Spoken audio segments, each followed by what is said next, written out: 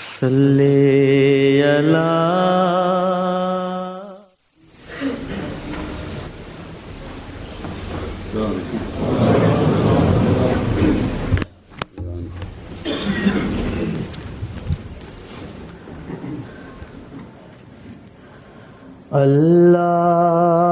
अल्लाहु अकबर अल्लाहु अकबर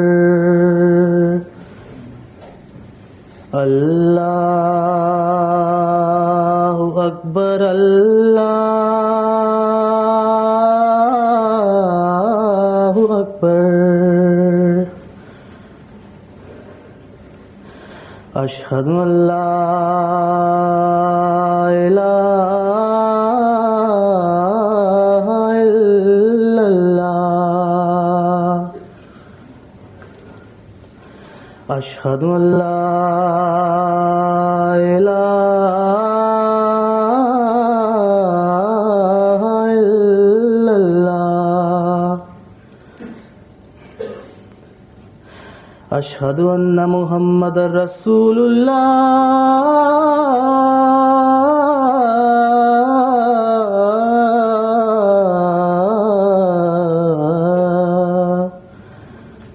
अशहदु अन्ना मुहम्मदर रसूलुल्लाह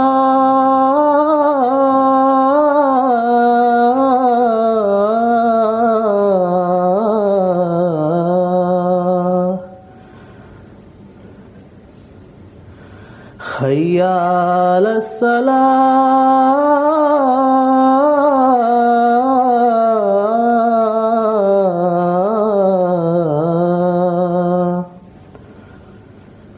हय्या अलल फलाह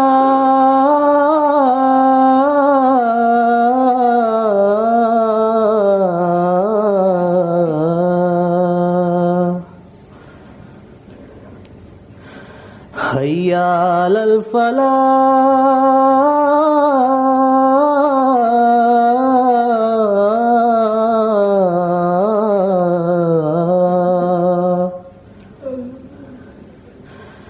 हय्या अलल फलाह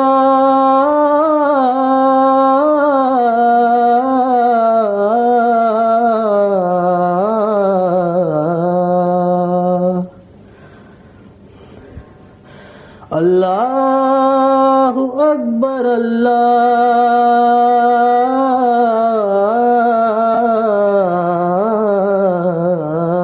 अल्लाहु अकबर ला इलाहा इल्लल्लाह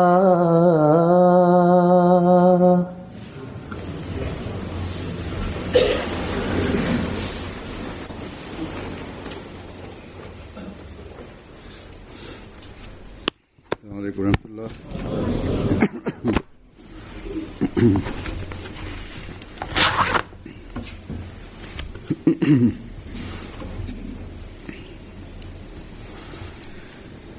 أشهد أن لا إله إلا الله وحده لا شريك له وأشهد أن محمدا عبده ورسوله أما بعد فأعوذ بالله من الشيطان الرجيم بسم الله الرحمن الرحيم الحمد لله رب العالمين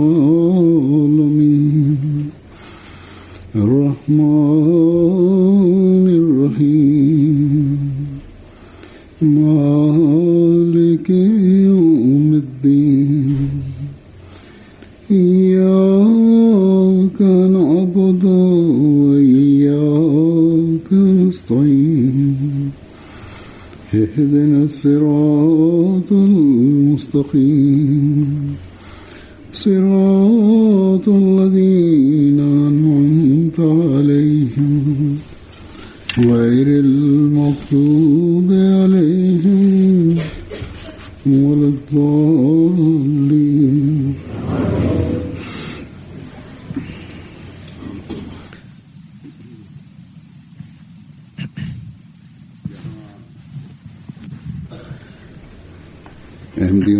अक्सरियत उन लोगों की है जो पैदाइशी अहमदी हैं या वो लोग Die meisten Ahmadis, die hier leben, sind solche, die gebürtige Ahmadis sind oder jene, in deren Häusern schon seit ihrer Kindheit die Ahmadiyyat kam und sie sind in einer Ahmadi-Atmosphäre aufgewachsen. Und die meisten von ihnen sind pakistanischer Herkunft, die in diesem Land aus dem Grund die Erlaubnis bekommen haben, hier zu leben und hier Bürger sein zu können, weil sie hierher gekommen sind und gesagt haben, dass sie in Pakistan nicht die Gelegenheit haben, frei ihrem Glauben nach den Lehren des Islams nachzugehen.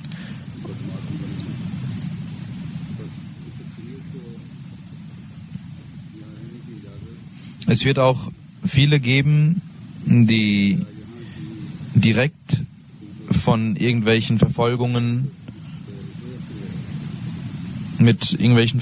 zu tun hatten.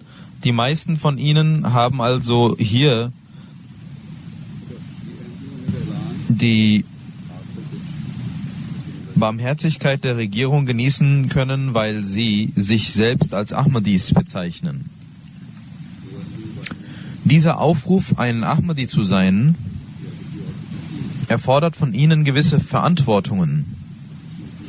Und aus dieser Verantwortung sind auch solche Ahmadis nicht ausgeschlossen, die aufgrund von ihrem Wissen oder ihrer Fachexpertise in diesem Land gekommen sind und deswegen hier Fuß gefasst haben, um ihre Bildung, die sie genossen haben, weiter zu verbessern und eine Karriere zu starten. Und sie sind solche Menschen, die sich mit der Ahmadiyya Muslim Jamaat in Verbindung setzen. Genauso gibt es neue Ahmadis, Naumubain, die das Bai'at abgelegt haben und in die Jamaat deswegen eingetreten sind, weil sie eine Überzeugung über die Wahrhaftigkeit des Anspruchs des weißen Messias al-Islam erlangt haben. Und nach dem Bai'at sind auch sie verpflichtet, die Verantwortungen dieses Treueeids zu erfüllen. Allah hat auch solchen Menschen, wird solchen Menschen nicht deswegen aus ihrer Verantwortung rausnehmen, weil sie gesagt haben, dass sie alte Ahmadis oder gebürtige Ahmadis gesehen haben, wie sie dies oder jenes taten. In diesem Zeitalter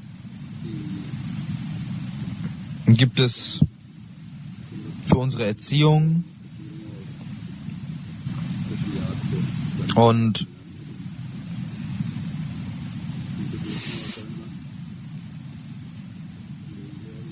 die Erklärungen des verheißenen Messias al-Islam, der Sunna und der Hadith, das alles ist wichtig, um sich diese anzueignen, diese zu lesen. Und jeder Ahmadi und jeder Mensch hat diese Dinge, jedem Menschen stehen diese Dinge zur Verfügung. Deswegen gibt es keine Ausrede, die jemand herausholen kann.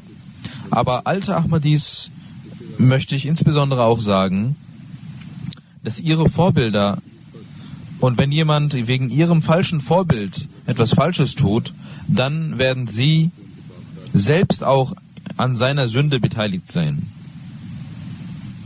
Deswegen hat Allah doch die alten Ahmadis sehr gesegnet, dass sie die Möglichkeit bekommen haben, dass ihre Vorväter die Ahmadiyyat anerkannt haben und akzeptiert haben, oder dass sie bereits in ihrer Kindheit die Möglichkeit hatten, die Ahmadiyyat zu akzeptieren. Und durch die Segnungen Gottes sind sie hierher gekommen und haben eine bessere Situation vorgefunden, eine bessere Atmosphäre vorgefunden. Und diese dürfen sie nicht vergessen. Und sie dürfen nicht vergessen, dass dies mit der Güte der Jamaat geschah. Und als Dankbarkeit gegenüber der Jamaat sind sie verpflichtet, dass sie große Veränderungen in sich selbst hervorrufen, spirituelle Veränderungen in sich selbst hervorrufen. und dass sie auch ihre Kinder und Kindeskinder so erziehen, dass sie diese Güte nie vergessen und dass sie ihre Kinder auch ermahnen, dass dies die Güte der Jamaat ist, die Allah ihnen erwiesen hat und was ihre Verantwortungen diesbezüglich sind. Und dass ihre Vorväter in die Jamaat eingetreten sind und so den Treueeid, den sie geleistet hatten, wie wir diesen Treueeid jederzeit vor unseren Augen halten müssen und diesem treu sein müssen.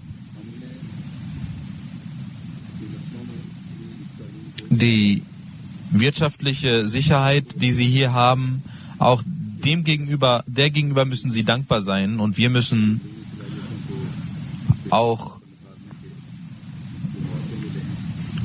als Dankbarkeit diese Lehre unseren Kindern weitergeben und ihnen sagen, dass wenn ihr jetzt gut gebildet seid und wenn ihr die Möglichkeit bekommen habt, euch Bildung anzueignen, dann sollt ihr dankbar gegenüber Gott sein und immer mit dem Nizam Jamaat verbunden bleiben, fest verbunden bleiben. Ihr müsst immer mit dem Khilafat Ahmadiyya treu und gehorsam verbunden bleiben. Und genauso ist es die Aufgabe eines jeden Ahmadis, wenn er sich selbst als Ahmadi bezeichnet, dass er jederzeit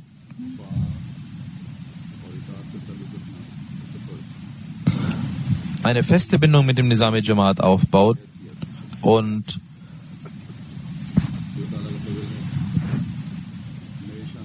dass er verpflichtet ist, dem Khilafat Ahmadiyya treu und gehorsam zu bleiben, denn das hat er bei seinem Treueeid und Bait versprochen. Es ist die Segnung Gottes, vor allem die neuen Ahmadis und jene, die mit voller Überzeugung und selbst gesehen haben, die Wahrhaftigkeit des Messias Islam verstanden haben und diese akzeptiert haben, dass sie ihren Treueeid und ihr Versprechen und ihre Bedingungen auch immer wieder darüber nachsinnen. Ich bekomme viele Briefe. Aber viele solcher Menschen, die gebürtige Ahmadis sind oder deren Eltern und Vorväter die Ahmadiyyat akzeptiert haben, als sie noch Kinder waren und die in weltlichen Angelegenheiten sich verfangen haben, weder denken sie über die Bedingungen des Bait nach, noch verstehen sie, was es bedeutet, den Treueeid zu leisten, noch haben sie die Gütererweisungen Gottes vor ihren Augen, die aufgrund der Ahmadiyyat geschehen sind. Obwohl heute überall durch MTA auch das Bait nachverfolgt wird und gehört werden kann,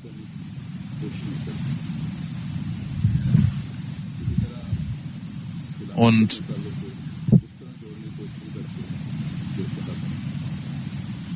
sie versuchen aber nicht, den Geist des Bait zu verstehen und diesem Folge zu leisten. Genauso versuchen sie nicht, eine feste Bindung mit dem Khilafat so aufzubauen, wie es sein sollte. Und ich rede nicht nur von den Flüchtlingen, die hierher kommen, sondern alle Arten von Ahmadis. Ich habe die Flüchtlinge deswegen genannt, weil vor mir eine Mehrzahl von solchen Menschen sitzt, die Flüchtlinge sind oder heute einen besseren Status erlangt haben und deswegen, weil sie sich als Ahmadis bezeichnen. Aber dennoch gibt es überall solche Menschen und in jeder Gruppe gibt es Menschen. Und wenn jeder sich selbst überprüft, dann wird er selbst sehen, wo er steht.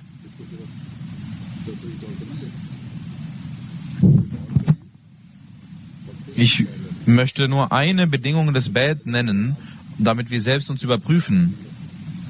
Und Sie sollten dies nicht oberflächlich betrachten, sondern darüber nachdenken und sich selbst überprüfen. Wenn Ihre Selbstkontrolle positiv ist und ja, bejaht werden kann, dann sind Sie glückselig. Jene Menschen, die dies bejahen können und sie können die Segnungen Gottes in sich aufnehmen. Doch wenn sie schwach sind, dann müssen sie sich reformieren. In der 10. Bedingung des Bet hat der verheißene Messias a.s. gesagt, dass der Treueeid leistende, der Bet leistende versprechen wird, dass er mit mir, diesem demütigen Menschen nur für Gott in jeder Hinsicht gehorsam sein wird und bis zu seinem Tode darauf so sein wird, dass die Bindung zu mir nicht vergleichbar ist mit irgendeiner Bindung oder Treuebindung oder dienende Bindung, die er mit irgendjemandem hat. Das sind die Worte des verheißenen Messias al-Islam, die uns dazu ermahnen, dass wir die Verantwortung haben, eine feste und liebevolle Bindung mit dem verheißenen Messias al-Islam einzugehen. Er nimmt uns diesen Eid ab, dass ihr für Allah mich so sehr lieben werdet und eine Bindung und Beziehung eingehen werdet und brüderlich sein werdet. Er nimmt uns den Eid ab, dass ihr versprecht, dass ihr allen seinen Geboten, für die er geschickt wurde von Gott,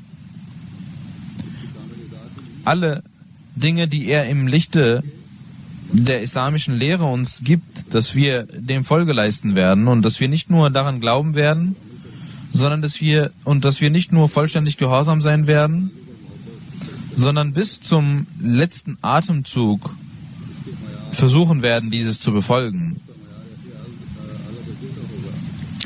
Und auch der Eid, dass diese Bindung eine solche Natur haben wird, die nicht vergleichbar ist mit irgendeiner anderen Bindung in der Welt und die nicht vergleichbar ist mit irgendeiner Bindung, die er eingeht aufgrund von einer Treue oder aufrichtigen Treue. Noch kann man dieses Beispiel vorfinden in irgendeiner Beziehung, in der der Mensch irgendjemanden wegen der Güte, die er ihm erwiesen hat, treu ist. Dieses Gelübde, dass wir in dieser Welt nach dem heiligen Propheten Muhammad sallallahu alaihi wasallam den verheißenen Messias al-Islam lieben werden und den Diener des heiligen Propheten sallallahu alaihi wasallam, das sind die Niveaus und die Ränge, die wir erlangen müssen, wenn wir das Beit des verheißenen Messias al-Islam geleistet haben.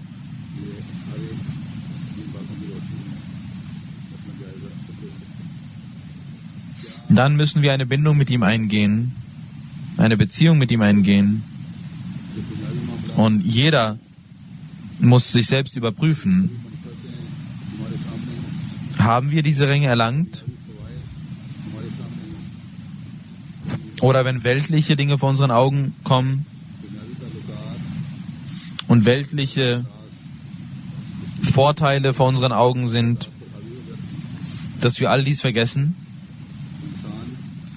Dass weltliche Beziehungen und weltliche Mittel und Ziele diesen Gehorsam und diese Treue im Schatten werfen? Ein Mensch tut irgendetwas nur, weil er daraus einen Vorteil erzielt, oder, wenn es nicht seinem Willen entspricht, weil er Angst hat vor irgendetwas oder irgendjemandem. Es gibt Menschen, die aufgrund von Furcht etwas tun, weil sie sonst gefragt werden und vielleicht bestraft werden. Oder sie tun dies aus Liebe und aus Treue gegenüber jemandem. Wenn wir verstehen, was der Glaube und die Religion ist, dann werden wir alles, was der Glaube uns sagt, mit Liebe und Treue tun. Und mit diesem Gefühl werden wir diese angehen. Der verheißene Messias a.s. verlangt also von uns, dass wir dieses Gefühl wachsen lassen, wenn wir sein Bett geleistet haben, wenn dieser Gehorsam und diese Treue vorhanden ist. Und solange diese nicht vorhanden ist, dann werden die Ermahnungen, die getan werden, nichts bewirken können. Und man wird nicht versuchen, diesem Folge zu leisten. Wenn ihr also diesen Ermahnungen Folge leisten wollt und euren Treueeid erfüllen wollt, dann müsst ihr eure Treue und das Niveau eurer Treue erhöhen. Kann ein Ahmadi sich vorstellen, dass der verheißene Messias ﷺ irgendetwas gesagt hat, was nicht dem Koran oder der Praxis des heiligen Propheten entspricht? Sicherlich nicht. Wenn das die Antwort ist, dann muss jeder Ahmadi verstehen, was Maruf Itaat bedeutet. Maruf Gehorsam bedeutet, dass ihr eure Liebe zu einem Höhepunkt wachsen lässt und vollkommenen Gehorsam leistet. Und völliger Gehorsam kann nur dann geschehen, wenn derjenige, dem man gehorsam ist, wenn man seine Gebote sucht und versucht, diese zu finden, was er alles getan und gesagt hat. Es ist also unsere Pflicht, dass alles, was der verheißene Messias an uns verknüpft hat, alle Erwartungen, alle Gebote, die er getan hat, dass wir diese suchen und dass wir versuchen, diesen zu folgen. Sonst wird dies bloß ein Lippenbekenntnis sein, dass wir alles gehorchen. Und wenn wir die Dinge gar nicht kennen, was der verheißene Messias Islam gesagt hat, wie können wir dann diesen Folge leisten? Wenn wir also Ahmadis sind, dann haben wir auch die Bedingung, dass wir unsere Bildung auch erweitern, dass wir uns Wissen aneignen für Gott und jene Beziehung, die wir vor Gott eingegangen sind, dass wir für das Wohlgefallen Gottes diese Beziehung stärken und treu und aufrichtig sind und unser Leben demgemäß gestalten. Der verheißene Messias ﷺ hat der Jamaat gewisse Ermahnungen gegeben und Erwartungen an sie geknüpft. Diese finden wir in verschiedenen Büchern und Anweisungen, die er getan hat. Ich werde davon einige Ihnen vorlegen. Der verheißene Messias ﷺ sagt, unsere Jamaat sollte so sein, dass sie nicht bloß Lippenbekenntnisse hervorbringen, nicht nur oberflächliche Dinge sagen, sondern dass sie den wahren Sinn und die wahre Absicht des Bets erfüllen. Was ist die wahre Absicht des Bets? Daraufhin sagt der verheißene Messias ﷺ, dass man sich selbst innerlich reinigt und verändert. Das geschieht nicht nur durch irgendwelche Diskussionen, sondern es geschieht durch innere Veränderungen. Wenn ihr keine inneren Veränderungen hervorwirkt, dann besteht kein Unterschied zwischen euch und den anderen Menschen. Der verheißene Messias sagt, jeder Mensch soll selber seine Last tragen und sein Versprechen erfüllen. Man kann also nicht nur erwarten, dass man nur seine Lehre verändert und die Wahrhaftigkeit des verheißenen Messias Islam akzeptiert und die richtigen Fragen beantworten kann und andere stilllegen kann. Das alles bringt überhaupt nichts, wenn wir in unseren Taten keine Änderung hervorgerufen haben. Wenn unser innerer Zustand nicht besser geworden ist. Der verheißene Messias Islam sagt, für die Veränderung eures Wesens sollt ihr viel versuchen und tun. Im Namaz sollt ihr Gebete verrichten. Durch Sadqat sollt ihr dem Gebot Folge leisten. Walladhina jahadu fina. Was ist Walladhina jahadu fina? Nämlich Allah Ta'ala sagt, diejenigen, die auf meinem Wege versuchen und sich anstrengen, was passiert mit ihnen? Lanahdiyannahum subulana. Wir leiten diese Menschen recht auf unseren Wegen zu uns.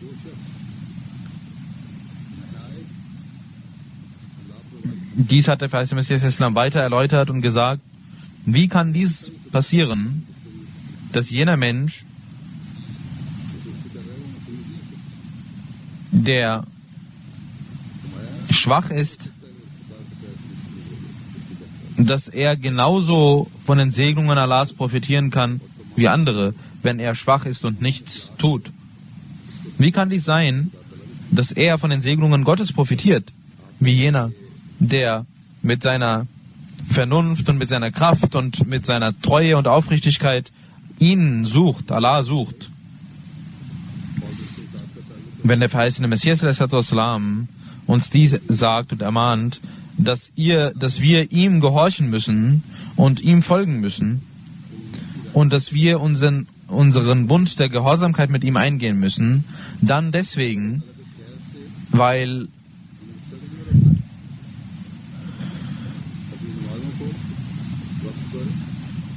er uns zeigt, was die Wege sind, die zu Gott führen und wie wir die Segnungen Gottes erlangen können und wie wir ein Teilhaber dieses Segens sein können.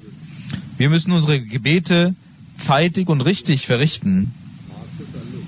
Wir müssen die Liebe Gottes in uns annehmen und auch Sadqa und Spenden entrichten. Das heißt, der Gehorsam gegenüber ihm lässt unsere Bindung mit Gott stärker werden. Und der verheißene Messias Islam sagt, ihr sollt auf zwei Dinge achten. Erstens, ihr sollt wahre Vorbilder für die Muslime werden.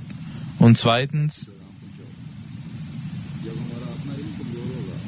ihr sollt die Vorzüge des Islams in der Welt verbreiten und Tabligh machen und die Botschaft verbreiten. Wenn unser eigenes Wissen schwach ist, wenn unsere eigenen Vorbilder und wenn unsere eigene Situation besorgniserregend ist, wie können wir dann Vorbilder zeigen als wahre Muslime? Wie könnten wir dann die Botschaft des Islams und die Vorzüge des Islams weitertragen für die Welt und diese verbreiten? Dann sagt der verheißene Messias al-Islam, unsere Jamaat sollte diese Sorge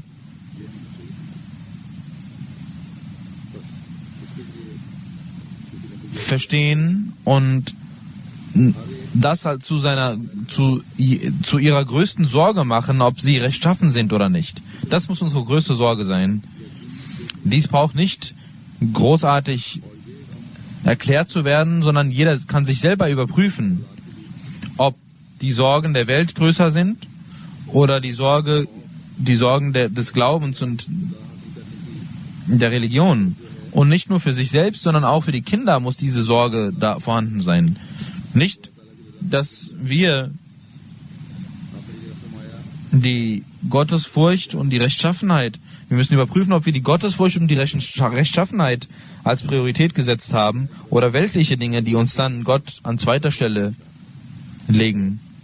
Der verheißene Messias der Islam sagt, ihr sollt in euren alltäglichen Angelegenheiten euch auch beschützen vor falscher Wut und falschem Zorn. Auch das gehört zur Taqwa. Jene Menschen, die durch Kleinigkeiten wütend und zornig werden, sollten sich selbst überprüfen. Auch sie sind weit von Taqwa entfernt. Ich habe diese Ermahnungen vor ihnen getragen, die der verheißene Messias al-Islam uns gegeben hat. Das sind die Dinge, wenn wir darüber nachsinnen, dann werden wir die Liebe und die Aufrichtigkeit zum verheißenen Messias Islam wachsen lassen. Wie und mit welchem Schmerz der verheißene Messias Islam besorgt war, um uns zu beschützen. Mehr als ein Vater hat er sich um uns gesorgt und besorgt. Er hat sich mehr als eine Mutter für uns hat er Unruhe gezeigt. Er hat uns immer wieder ermahnt, dass wir auf irgendeine Art und Weise dies verstehen und dass wir uns vor falschen Wegen befreien und Gottes Wohlgefallen erlangen.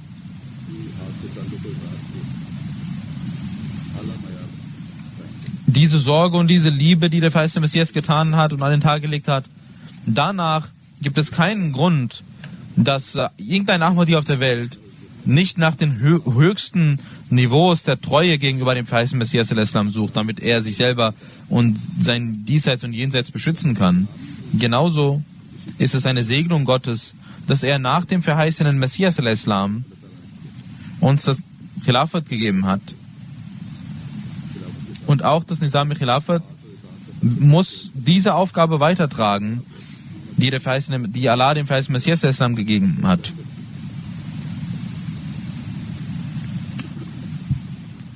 Dazu müssen wir eine Treue gegenüber dem Khilafat entwickeln und unsere Reise zu unserem Ziel weiter voranführen. Wie der verheißene Messias al-Islam gesagt hat, dass es für uns wichtig ist, Vorbilder als wahre Muslime zu werden und die Botschaft des Islams in der Welt weiterzutragen. Dies geschieht mit der Hand des Khalifatul Masih, und jeder Ahmadi verspricht an seiner Hand dieses Bait und dieses Versprechen, und auch dieses Versprechen einzuhalten ist genauso wichtig. Und alle Anweisungen, die vom Khilafat kommen, alle Ermahnungen, die vom Khilafat kommen, alle Programme, die vom Khilafat ausgetragen werden, diesen Folge zu leisten, ist wichtig, um diese Treue zu wahren und dieses Versprechen zu erfüllen. Beim Bait verspricht jeder Ahmadi, dass er diesen Bedingungen des Baits Folge leisten wird. Und alles, was der Kalif sagt, alle Maruf-Entscheidungen, dass er diese befolgen wird. Und wie ich gesagt habe, dass auch die Aufgaben des Khalifatul Masih genauso sind wie die Aufgaben des verheißenen Messias al-Islam und dass sie diese weitertragen. Die Botschaft des Islams in der ganzen Welt weitertragen. Jeder Ahmadi, wenn jeder Ahmadi gemäß dieser Denkweise sich weiterentwickelt, nur dann kann er wahren Gehorsam zeigen. Und nur dann kann sich die Einheit der Jamaat zeigen. Nur dann können wir die Wege des Tablighs beackern. Wenn jeder sagt, dass er eine feste Beziehung zum verheißenen Messias hat und ihm gehorcht und sich selber die Wege anbahnen wird, dann kann er niemals Erfolg haben. Dieser Erfolg kann niemals kommen, wenn jeder selbst sich diese Wege ebnet. Die Schönheit der Jamaat Ahmadiyya besteht darin, dass wir das Nizam al-Khilafat haben und jene Beziehung, die jeder Ahmadi zum verheißenen Messias al-Islam hat, deswegen, weil er der wahre Diener des heiligen Propheten Muhammad sallallahu alaihi wasallam ist. Diese Bindung und Beziehung muss auch für das Khilafat gelten. Vorgestern war die Grundsteinlegung von Almira Moschee und dort habe ich über die Moschee auch einiges gesagt, über die Lehre des Islams und über die Wichtigkeit der Moschee und die Verantwortungen der Ahmadis. Und daraufhin hat eine Frau, die als Gast da war, gesagt, dass die Worte des Kalifen sehr schön sind, aber mich interessiert, ob diese Ahmadis, die hier leben, inwieweit sie diesen Folge leisten. Und ob sie mit Frieden und Liebe leben und diese Liebe versprühen oder nicht. Auch die Menschen schauen auf sie. Deswegen müssen sie sich verändern und sich selbst überprüfen, sich einer Selbstkontrolle unterwerfen. Die Leute werden jetzt wegen dem Khilafat noch mehr auf sie schauen. Und es reicht nicht bloß versprochen zu haben, sondern für sich selbst und um seine eigene Reform und für das Tabligh brauchen sie Taten. Auf jeder Ebene und in jeder Hinsicht müssen sie ihre Einheit wahren. Und das geschieht, indem sie an einer Hand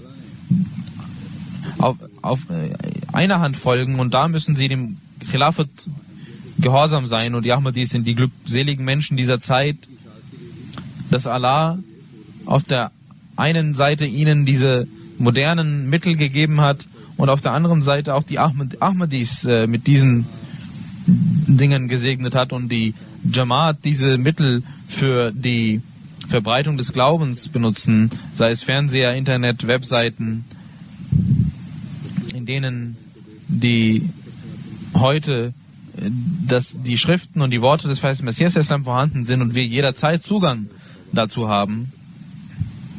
Und in vielen großen Sprachen wird dies auch übersetzt und man kann dies hören und sehen und lesen. Und auf der anderen Seite sehen wir, dass auch wir die Gelegenheit haben, die Ansprachen des Kalifen der Zeit zu lesen, nachzulesen, welche die Erklärungen des Koran, des Hadith und der Worte des verheißenen Messias des Islam sind und welche daraus schöpfen.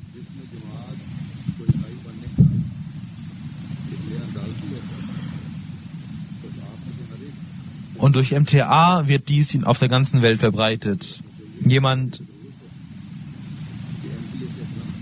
Das ist ja eine Sache, die eine neue Einheit geschaffen hat.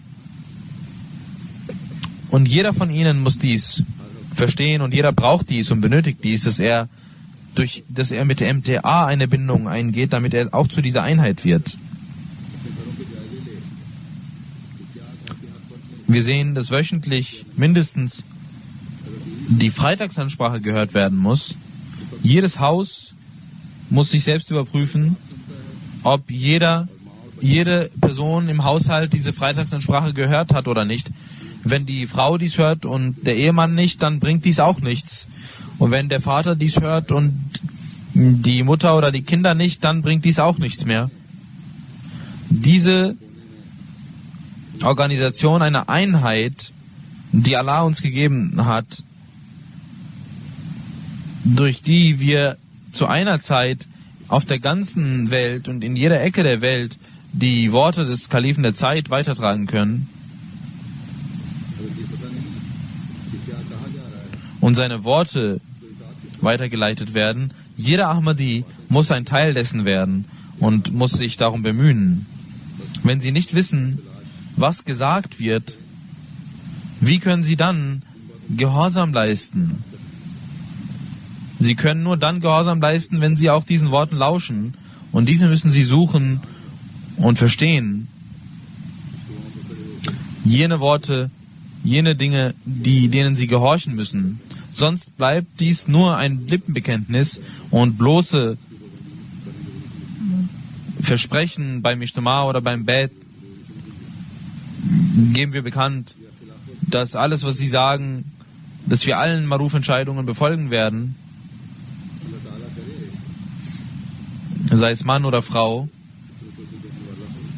oder dass wir für die Festigung des Khilafats uns bemühen werden. Es ist unser Gebet, dass jedes Haus und jedes Haushalt sich darum bemüht, jeder Mensch sich darum bemüht und die Mittel, die Allah für unsere Erziehung uns geschaffen hat, dass wir diese auch nutzen. Und nicht nur die Erziehung, die Allah uns gegeben hat, sondern auch die Verbreitung der Lehre des Islams geschieht dadurch, wenn aus irgendeinem Grund die Live-Ansprache nicht gehört wurde, dann kann man auch diese nachhören im Internet, auch andere Programme und vor allem die Freitagsansprache und die wichtigen Programme. Möge Allah allen die Kraft geben, dass wir auf der einen Seite eine enge und liebevolle Beziehung zum verheißenen Messias aufbauen und auf der anderen Seite genauso mit dem Khilafat eine feste Beziehung eingehen und solche Vorbilder des Gehorsams an den Tag legen und dass diese Gehorsamkeit und diese Beziehung dann auch uns ermöglicht, gemäß dem Hadith des heiligen Propheten Muhammad sallallahu alaihi wasallam, dass wir ihm gehorchen und dass wir so Allahs gehorsame Menschen werden, die sein Wohlgefallen erlangen. Möge Allah allen dazu die Kraft geben. Nach den Gebeten werde ich ein Janaza Raib verrichten von Murabbi Silsila Hafiz Muhammad Iqbal Waraij Sahib. Er ist am 2. Oktober in einem Unfall im Alter von 49 Jahren verstorben. Inna lillahi wa inna ilaihi raji'un. Am 2. Oktober war er alleine in Chaknau, Banyar, unterwegs, um seinen Onkel zu treffen. An der Schranke hat er nicht gesehen. Dann kam ein Zug und wurde erfasst. Man hat keine Verletzungen gesehen von außen hin, auch die Polizei war da und auch der Krankenwagen war da. Aber Er konnte nicht wiederbelebt werden und verstarb.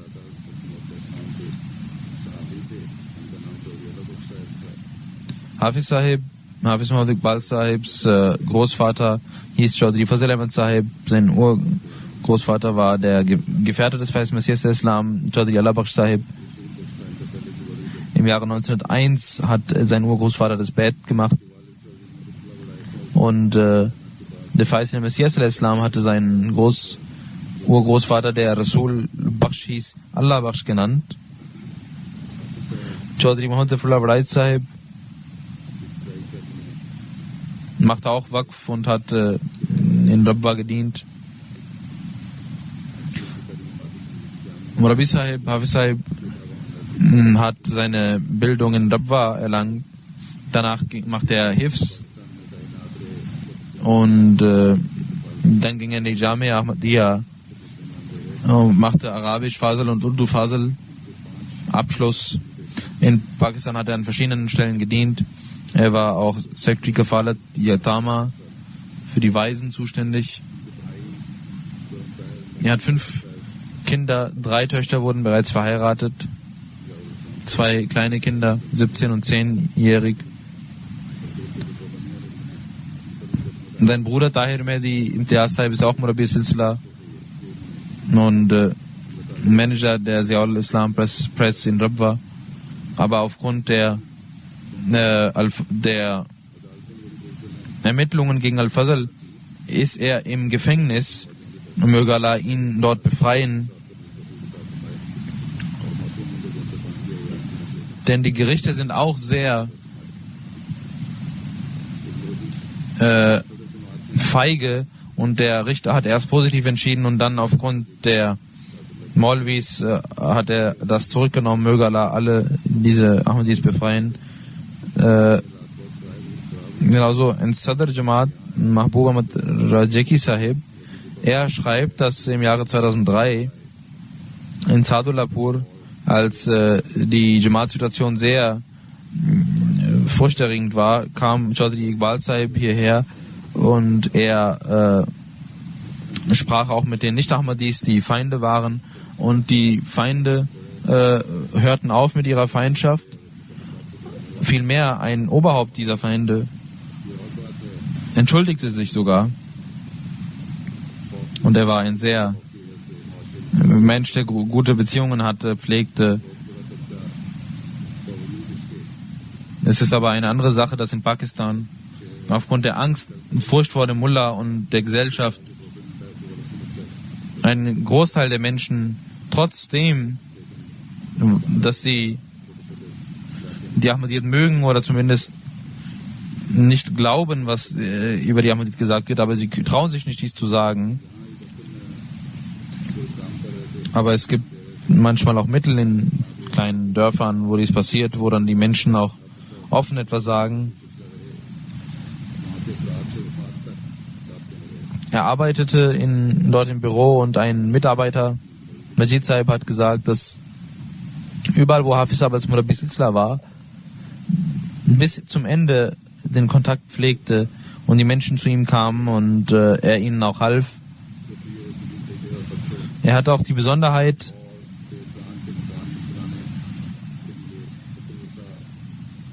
dass er das Geld der Zentrale immer versuchte, richtig auszugeben. Und für die Witwen und für die hat er Häuser errichtet. Und er versuchte auch mit wenig Geld viel zu errichten. Und als er dann dort beim Bau war, ging er selbst dorthin und half den Arbeitern bei ihrer Arbeit. Unser Khalid Saab vom Russian Desk sagt, dass er sein Klassenkamerad war. Und er war ein sehr Mensch, der vor allem die Gäste immer ehrte und pflegte. Und er hatte einen großen Wunsch, Tabligh zu machen. In Saudullah oder Sadqabad, als er dort arbeitete, gab es eine russische Firma, die dort arbeitete. Und obwohl er die russische Sprache nicht beherrschte, machte er Tabligh. Und da Khalid Sahib dort auch in Russland Russisch gelernt hat, hat er von ihm auch Russisch gelernt, von Khalid Sahib, und selbst einige Wörter gelernt und hatte dies auch immer aufgeschrieben gehabt in Urdu, damit er Tabligh machen konnte. Das war sein Eifer des Tabligh. Möge Allah allen Murabbiyan die Kraft geben, dass sie durch neue Wege Tabligh machen, egal wie die Situation im Land ist, dass sie versuchen, diese Wege aufzusuchen und zu begehen. Möge Allah Hafiz Sahib gnädig sein und seine Ränge erhöhen, ihm vergeben und seiner Familie, seinen Kindern, seiner...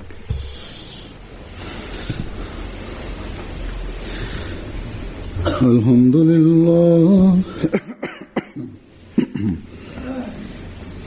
Alhamdulillah nahmaduhu wa nasta'inuhu wa nastaghfiruhu wa nu'minu bihi wa natawakkalu alayhi wa na'udhu billahi min shururi anfusina wa min sayyiati a'malina. من يهده الله فلا مضل له ومن يضلل فلا هادي له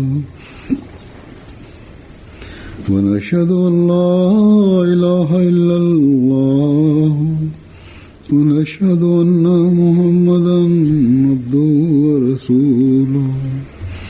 عباد الله رحمكم الله، إن الله يأمر بالعدل والإحسان وإيتاء ذي القربى وينهى عن الفحشاء والمنكر والبغي يعظكم لعلكم تذكرون. اذكروا الله يذكركم وادعوه يستجب لكم ولذكر الله أكبر.